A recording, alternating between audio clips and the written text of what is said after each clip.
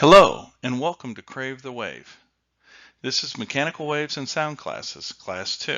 My name is Russ Burleson, and my email is provided. This is provided by the National Science Olympiad Office to support those taking this event this year. Today we're going to go through the binder check, do a quick homework review.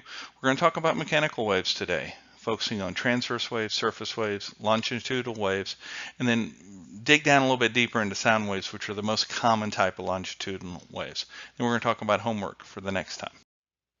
So for your homework, please break out your binder. Okay, open it up, get ready. If you can find these things within 10 seconds, your binder's in good shape. If you can't find things within 10 seconds in your binder, you need to either add them or you need to reorganize. You may need to do both. So the first thing I'm going to ask you to look for is Rule 2B. So you should be able to find the rules very rapidly. I usually recommend to put it at the front of your binder in one of those protective sleeves. Okay? So you should be able to find Rule 2B and be able to do it. Now remember, all of these lookups, they have to be in your binder. Don't try to do them from memory. Next thing I want you to do is find the phase velocity equation. Okay? So we went over that before. You know, how do you find the velocity when you know the frequency and the wavelength? But then also be able to find the frequency if you know the other two, or the wavelength if you know the other two. You should really have these out as separate, different equations, and then that way they'll go faster. You need to have a diagram that shows you how to find the wavelength of a wave. And again, you probably remember some of this, but it's always helpful to have those things so that you can quickly make sure you have the exact same terminology as your event supervisor. You also need to have at least 3 separate electromagnetic spectrum diagrams. By the way, that number is going to go up in the next class. And what I like to do is put it, if they're don't put so many on there that you can't read them. So I might put 2 on a page, might put 4 on a page. But remember, you have unlimited pages. And I usually like to get the first 20 in images.google. That way, no matter what one they use, you can remember most event supervisors will use Google image search to find the spectrum. And what they'll do is they'll blank it out and ask you to fill out where the x-rays are and things like that. Just make your life a lot easier. So let's talk about waves as a general rule. So from Wikipedia, a wave is a propagating dynamic of any type of change from equilibrium. Okay, they're usually mechanical or electromagnetic, and so most of what we're going to talk about in the first few classes is all magnetic, electromagnetic and all mechanical. Okay, they can also be gravitational, heat diffusion, plasma, or reaction diffusion waves. But again, these are less common waves. Okay, they can be periodic, but they can also just be a single event or a series of single events. When moving in one direction only, it's called a traveling wave. Okay, you might think of when you drop a rock in a pond and the waves go out from that, they're traveling. However, if you get them in the exact right frequency, such that you've got one wave coming one way and one wave coming the other way, and they don't quite cancel out necessarily, or maybe they do cancel out, but more importantly, they don't look like they're moving. When they're going in opposite directions, it's called a standing wave. And you see that a lot with your harmonics, whether it be in a waveguide, whether it be in a pipe organ, whether it be in a guitar string. These are all waves that are standing at a particular harmonic. So let's talk about general wave features. So remember before I was asking you, hey, I want you to find a diagram. Well, this is the diagram I wanted you to find. Okay, so you'll notice it's from the same part of the waveform, and that's your wavelength. So in other words, it's an entire cycle. You'll notice it's not where they're equal, because it could be they're both 0 at this point. No, it's where they're both the same in the same area of the cycle. Okay, that's how you do a wavelength. The distance from the equilibrium, okay, to the top is called the amplitude. Okay, and that's like how loud the sound is, if you will. The top's called the crest, the bottom's called the trough, and then you need to know which direction the wave's moving. The equation I was looking for is velocity is equal to wavelength times frequency. The other versions are wavelength is equal to velocity divided by frequency, and frequency is equal to velocity divided by wavelength. So let's talk about the velocity of a wave. There's two different types of wave velocities. The first one, phase velocity, is the one that you're usually going to be asked about. And that's how fast the wave propagates in any medium. Okay, this is the velocity that it travels. And you'll notice that it is the velocity is equal to the wavelength times the frequency. You can also write it as velocity is equal to wavelength divided by the period. Okay, and the period is the time that an entire cycle goes through. So again, write them up in as many different ways as you see, because you never know which way the event supervisor is going to ask you to do, and this way you don't have to do any algebra during the test. The group velocity is the velocity which the overall envelope, which has the shape of the wave's amplitude, which is sometimes referred to as the modulation, propagates through space. And when we start talking about amplitude modulation and frequency modulation, etc., we're going to talk a little bit more about that. But the key thing is those equations are far beyond the scope of this event. So we're not going to talk very much about them, okay? And it's all because what we don't want to do is we don't want to give you some equations that are just going to shatter your mind, but they may ask you to describe the difference between phase and group velocity. That would be legal. So let's talk about a mechanical wave. It's an oscillation of matter. So we're talking water, we're talking sound, we're talking seismic where it's dirt, other things. You're going to need an elastic and an inertia-based medium to propagate. In other words, it can't be weightless.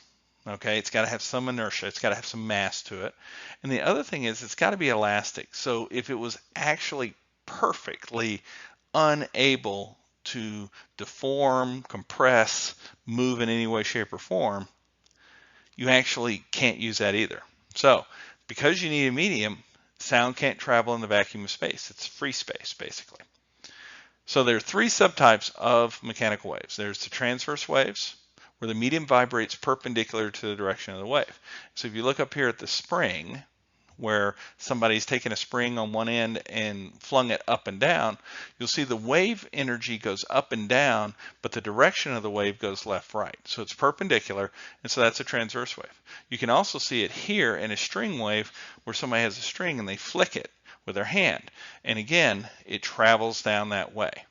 Okay?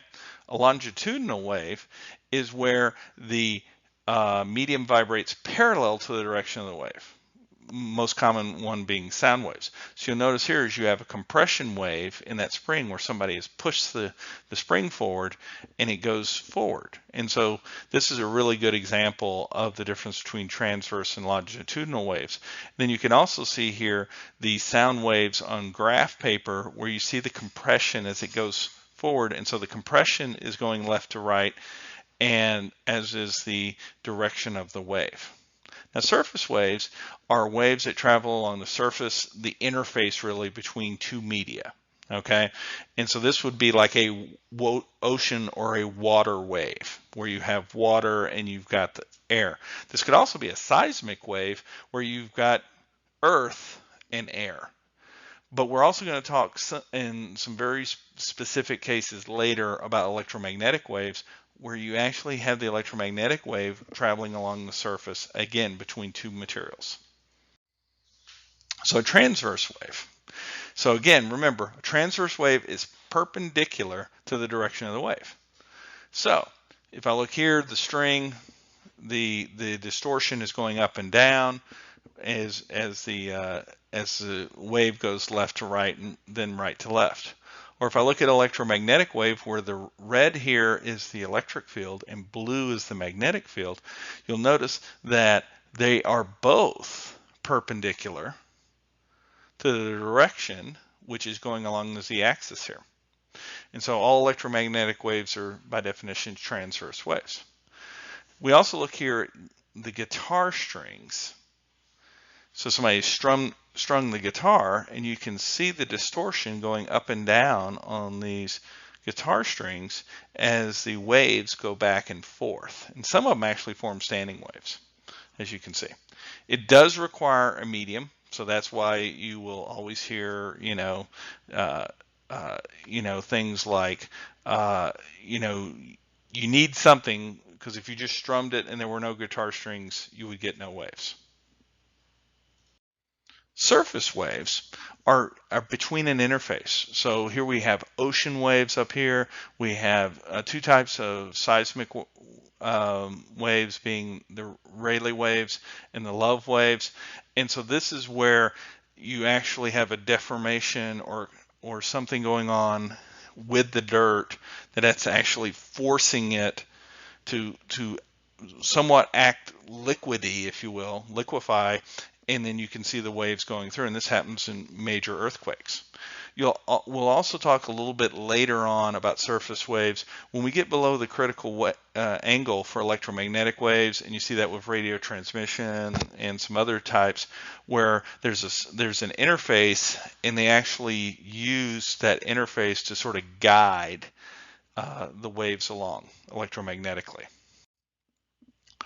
Let's talk about longitudinal waves. Okay, so the medium vibrates parallel to the direction of the wave. So here we've got some sound waves, some pressure waves going left to right. Okay, and you'll notice that the compression is also left to right. Here we have that spring, and you can actually hear, you can see the hand going back and forth with the spring, causing each individual wave.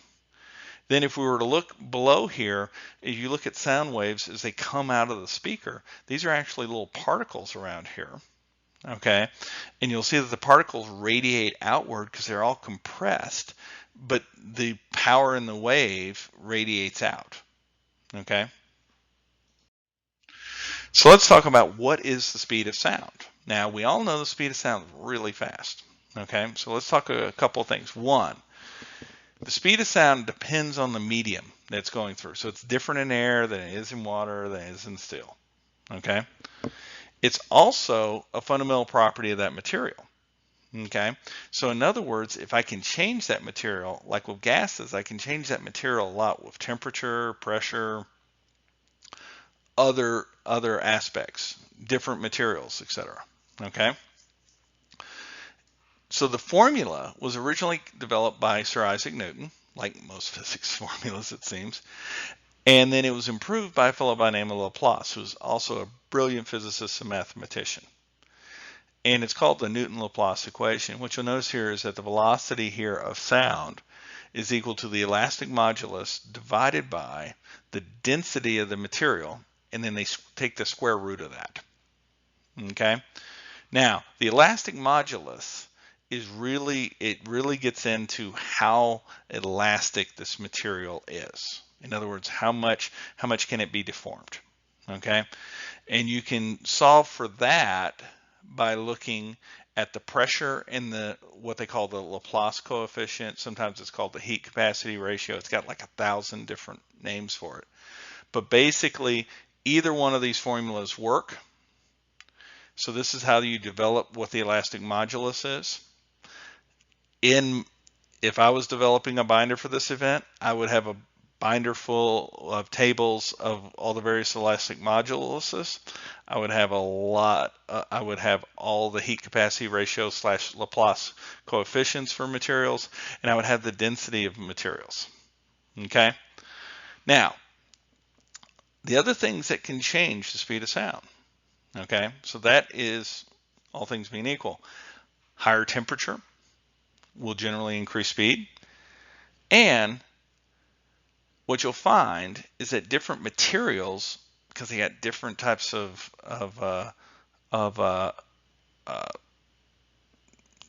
elasticity, is that you'll find that the speed of sound is much faster in solids and slowest in gases. Now you're probably thinking, now wait a second, that doesn't make any sense because this density down here, okay, gas is a lot less dense than solids. But remember, it's the ratio. Okay? And as a general rule, if you'll notice, it's the pressure and the density cancel each other out, so to speak, when doing these types of equations. So it's that heat capacity ratio that really determines it, or the elastic modulus. Okay. So let's talk about what the speed of sound is. Okay. So if I looked at it in just air, which is the most common place that we look at speed of sound, and I looked at standard temperature and pressure, so that's 20 degrees Celsius, which is about 68 degrees, and it will be about 343 meters per second, or in our terms that we normally use, 767 miles per hour. That's really fast. Okay, it's not as fast as light. Okay, but that's why if you see an explosion in the far off distance, you'll see the light of the explosion as fast as the speed of light, which is really fast, and then you'll hear the explosion or feel the explosion at the speed of sound. Or let's say there's a lightning strike at night, and you'll see the flash of lightning, and then you'll count, and then the shock wave comes over you, the sound wave comes over the thunder, and the difference in time between when you saw the lightning and the time you heard the thunder is the difference between the speed of light and the speed of sound over that same distance. And that's how you can sort of figure out how far away the lightning struck when it hit. So let's talk about how the speed of sound in dry air, okay, is changed with temperature. Okay, and you'll find that temperature is actually the biggest thing that changes. Of all the things that can change, it is usually the number one thing that will change the speed at any one time of sound. So you'll notice here, if I have the temperature in Celsius, it's 331.3 plus 0.606 times the temperature in Celsius. And that'll give you an answer in meters per second. However, something that's more accurate, get the temperature in Kelvin. Now that's an absolute temperature. It goes all the way to absolute zero. And what you do is you take 20.05 times the square root of the temperature in Kelvin, and that will give you a more accurate answer for the speed of sound based on temperature. Okay? And by the way, these two equations, they work for dry air, which is the number one thing that they'll ask.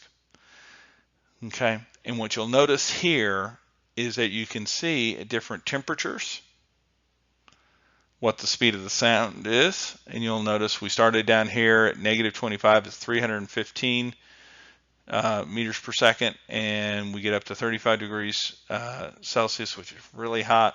We're talking 351 or 352 meters per second. So you'll notice the hotter it gets, the faster it goes. So now let's say it's not just air. Okay, let's say it's argon or some other gas. So we'll use the ideal gas equations. So here the speed of sound, and again, you'll notice here we have the heat capacity ratio, the Laplace coefficient. It's also called the adiabatic index. You multiply that times the pressure divided by the density, and you take the square root of that, and that'll give you that equation.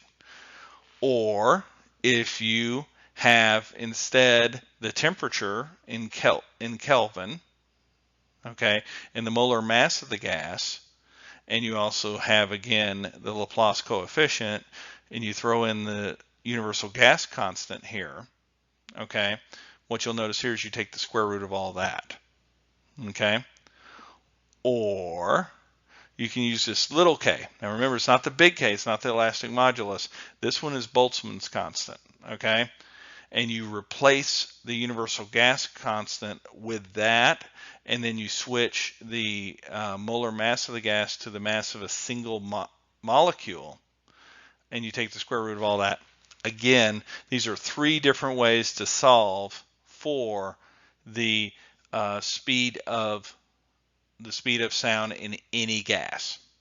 Okay, but just please note, okay, so the speed of sound is going to be proportional to the pressure, the absolute temperature, and the adiabatic index, or the Laplace coefficient. It's inversely proportional to density, the molar mass, and the mass of a single module or molecule. So I would tell you that it's going to be almost entirely the temperature dependent for gases. And the reason why is that the pressure and density change in lockstep for ideal gases. And we don't want to get into ideal gas law, but they sort of cancel, the changes will cancel each other out. So the most important outside characteristic for a gas is the temperature and what type of gas it is. So now let's talk about it as a function of altitude. So temperature is still the chief factor, okay? Because pressure and density, they change in lockstep and they sort of cancel each other out. And, and we've got our temperature formulas here, and then we've got the ideal gas formulas. And what you'll notice here is that you'll notice that the density and pressure, they sort of follow each other on this little graph as we go up in altitude. But what you'll notice, the thing that really changes the speed of sound here is that temperature. And so as you go up in altitude, the number one thing that you need to know, what's the temperature of that altitude? If you know the temperature of that altitude, you can use the formula for either dry air, if it's still dry air, or like, let's say you're in a different part of a sphere, or you're doing speed of sound on a different planet, okay? Then you use like the ideal gas when you have the information for those different levels. So what you'll notice here is that if I look here, the altitude of sea level, generally it's warmest. So the speed's really, really fast. It's 761 miles an hour, okay, or 340 meters per second. I go up to, anywhere from 11,000 meters to 20,000 meters, and it drops down to 294 meters per second, or 660 miles per hour. Then you get up to 29,000 feet. Now you're talking about, or 29,000 meters, sorry, 29,000 meters. So now you're talking really the edge of space, if you will. It's negative 48 degrees Celsius, okay? And we've dropped all the way down to 301 meters per second, or 673 miles per hour. So as you see, as the temperature keeps going down as we go up, the speed of sound goes down. But now let's talk about speed of sound in solids. Okay, so basically there's usually two different ways that sound can travel through a solid: as a pressure wave, like a sound wave, if you will, or as a shear deformation, sometimes called an S wave or shearing. Generally, pressure waves will go faster than do shear waves. We're not going to get into what those differences mean because, again, that's not covered till state. But the speed of sound for a stiff material, like let's say steel, okay, is sometimes given for long rods, and it assumes that it's one-dimensional. So what you'll notice here is that the speed of sound in a solid can be given by the Young's modulus for that material divided by the density, and you take the square root of that. Okay, now let's say you don't have the Young's modulus. Maybe you have the bulk modulus, okay, and the shear modulus. You can use this equation. As you can tell, this one's a lot more involved. Okay, also, if you have Poisson's ratio, you can use that as well. But again, you're still going to need Young's modulus, and you'll notice you always need the density. So and then for shear, now by the way, this is all for pressure or volumetric deformations. If you're doing the shear ones, it's simply just the shear modulus divided by the density in the square root. in liquids. So there is no way to shear a liquid, really, because they're not really tied to each other. So what ends up happening is that you really only have compression or pressure waves. So the speed's going to depend on the pressure and the depth, because generally speaking, there's very proportional. The deeper you go, you've got twice the pressure at 20 meters down than you did at 10 meters down. The temperature, of course, and the composition. So in other words, like seawater, the salinity changes as you get to different depths. Okay. And so you're actually in different materials. They form these boundary layers. Okay. So, but let's talk about freshwater because it doesn't have any salt in it. And so generally speaking, the speed of sound for freshwater is about 1,481 meters per second at the 20 degrees Celsius, 68 degrees. Now you're probably all thinking, wait a second, that sounds like a lot faster than in air, and it is. So the fish can hear the explosion a lot faster than the human can, who's in the air. Okay, and again, we use the bulk modulus, the big K.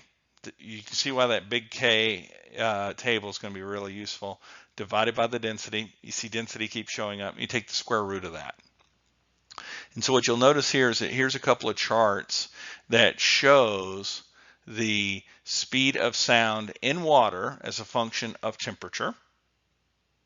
And the reason why you can't go below 0 degrees Celsius is that then you're in ice. So you're in a different material. And then you'll notice here, you'll notice that the speed of sound changes as we go to deeper depths. Okay, and this is so and you'll notice when we're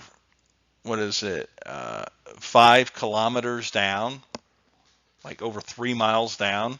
Holy smokes, that's really, really deep. You'll notice that the speed of sound is now all the way up to 1540 meters per second. It's like, wow. Whereas, right here at the top, right there on the surface, it's at, about 1520 meters per second. Okay. And what you'll notice here is that generally speaking, it does get somewhat linear at this point, but that has more to do with the composition. After you get about a kilometer down, the composition's pretty much the same.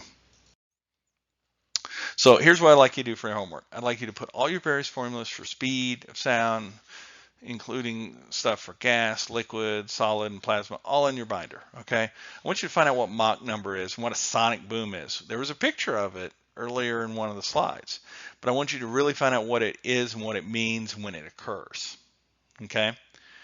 You need to find tables for density, Laplace coefficients, bulk moduluses, etc., so you can start putting those in there, and you include in there also the formulas, if you will, for finding the speed of sound in a gas, the speed of sound in air, speed of sound as altitude, speed of sound in a liquid, speed of sound depending on depth, speed of sound in a solid, okay?